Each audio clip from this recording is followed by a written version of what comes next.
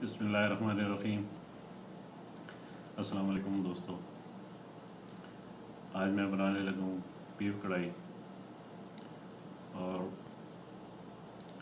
इसके लिए हम गोश्त मार्केट से लेके आए हैं 3 किलो तकरीबन। तो आज की वीडियो बहुत मज़े की होने वाली है। तो आइए देखते हैं बीफ कढ़ाई कैसे बनती है। रहीम, हमने बीफ कढ़ाई बनाने के लिए 3 किलो गोश्त विदाउट बोनलेस लिए और इसे छोटे छोटे काट लिए। इसके अलावा 3 बड़े टमाटर और 4 बड़ी प्याज, हरी मिर्च और इसमें अदरक और खुश्क धनिया तोड़ लिया है। अब हम इसको कुकर में डालकर सब मसाला जात को तो पकाएंगे।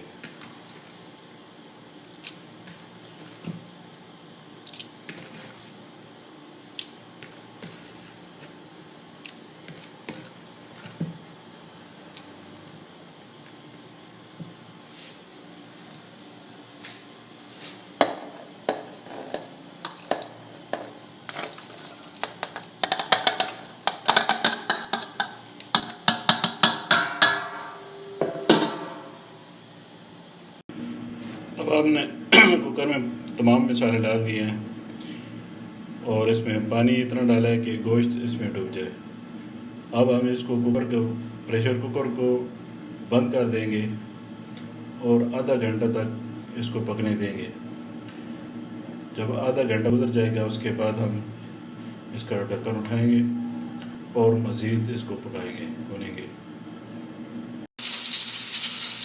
प्रेशर कुकर की अब सीटी बजनी शुरू हो गई है, तो हम यहाँ से टाइम स्टार्ट करेंगे। आधा घंटा टाइम रखेंगे और इसको पकने देंगे। जब भी आप प्रेशर कुकर में कोई चीज़ पकाएं तो सीटी बजने से टाइम शुरू होगा इसका। तो हम यहाँ से शुरू करते हैं। तो चलो देखते हैं आधे घंटे के बाद।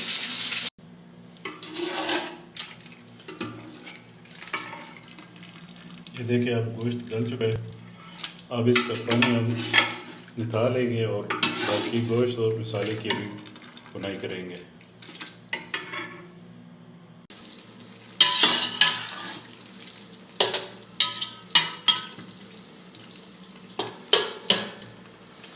पानी हमने छान लिया। अभी इसकी भुनेंगे अच्छी तरह। जब अच्छी तरह भूनेंगे तो उसके बाद इसमें जो उसका पानी निकाल लिया है तो दोबारा डालेंगे और इसमें पकाएंगे।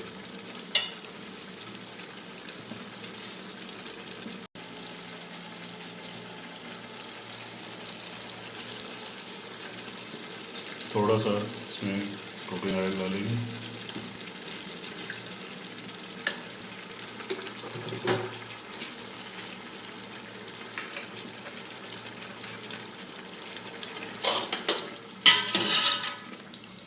क्योंकि पहले हमने ऑयल नहीं डाला था, बाकी मसाले डाले थे। अब इस ऑयल में इसको भूनेंगे।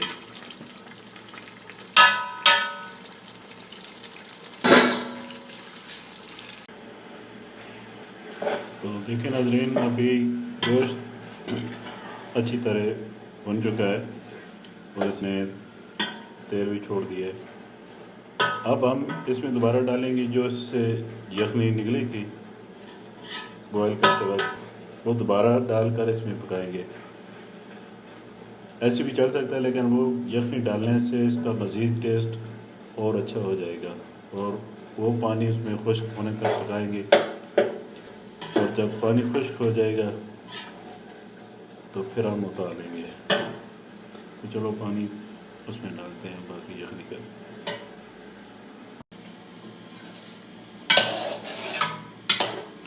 हमने पानी डाल दिया वो यखनी। अभी इसको पानी को खुश्क होने तक पकाएंगे, क्योंकि हमने इसकी बीफ कढ़ाई बनानी है।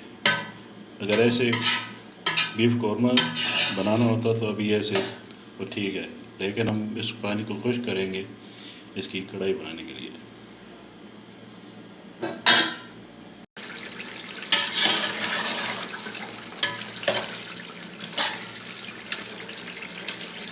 बीफ कढ़ाई रेडी हो चुकी है। अब आप करना इसको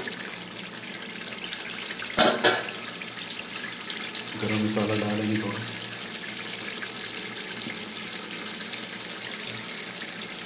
और कसूरी मेथी इसमें थोड़ी डालेंगे।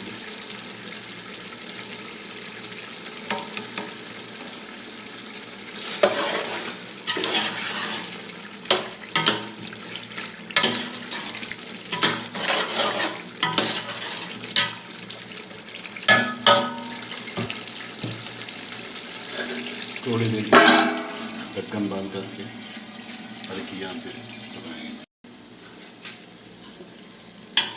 बहुत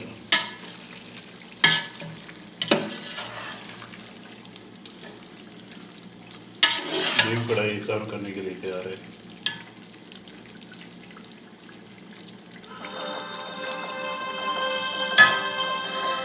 बहुत ही मज़ेदार